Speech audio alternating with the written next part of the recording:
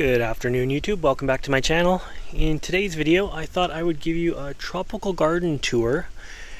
Fall is now set in. This is looking about as good as it's going to look for the year. And yeah, we haven't really spent a lot of time on it, so I thought we'd spend a little bit of time on it today. And yeah, I'll show you what everything is doing and how it's doing.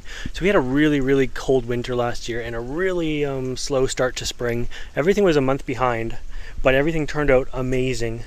My bananas, which are in front of us here, they were killed right back to the roots. But I actually had to trim them just yesterday to get in here.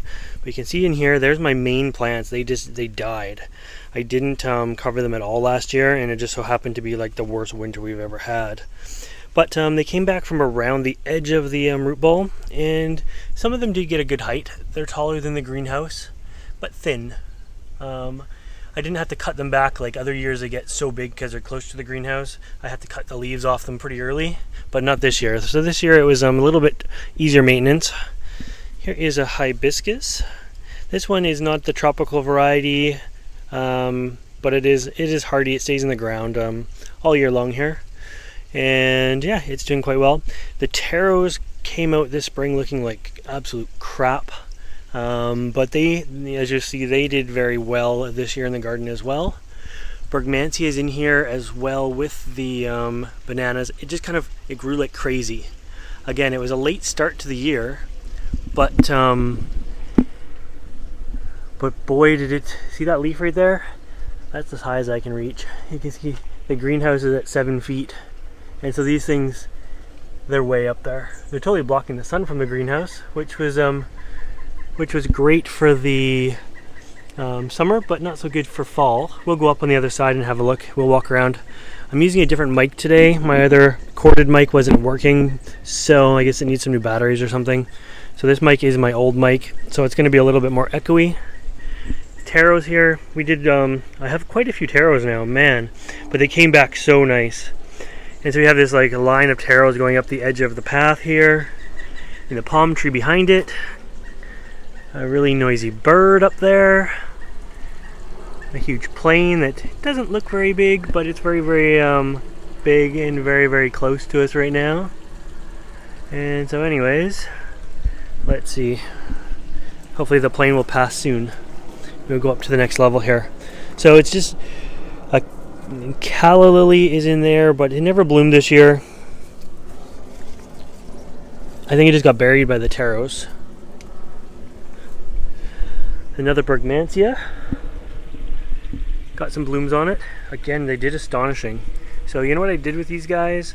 I went down to my local garden center and got a big bag of fertilizer, some growth and bloom fertilizer. I can't remember the brand, but it was a dry sort of pelleted thing. I just threw handfuls on it, but once a month.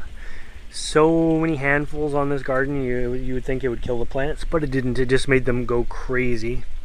Banana tree did pretty good. It's having to lean out this way because everything's like pushing out. It's reaching for light.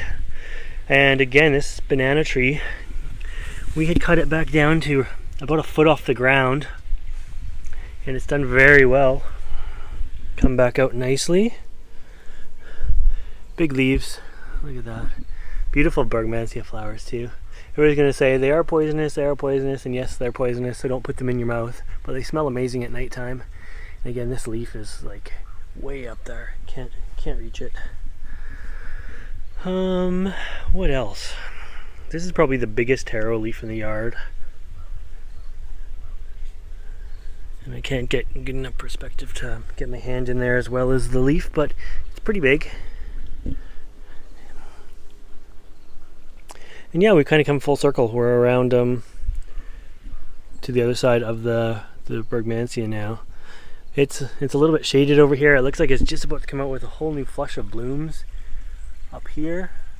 So I can see like dozens of little blooms on it. So hopefully get one more good flush before we got to dig these all out of the ground.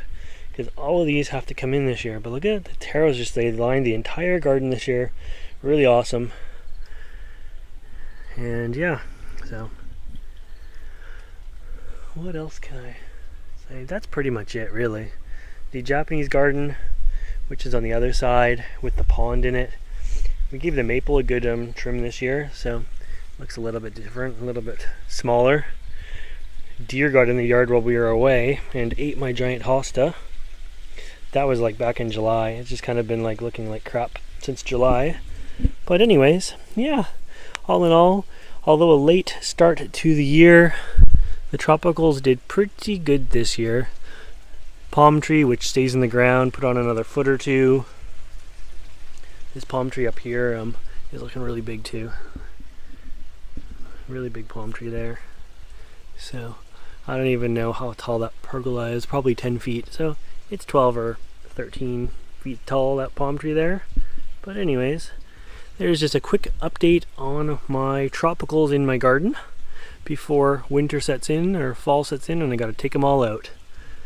We have about 1 month left of true growing season where the greenhouse, you can see the entire roof is in the sun right now, shade cloth's off, all the plants are loving it in there. So we're gonna go in there and do a little tour next. So let's go that way.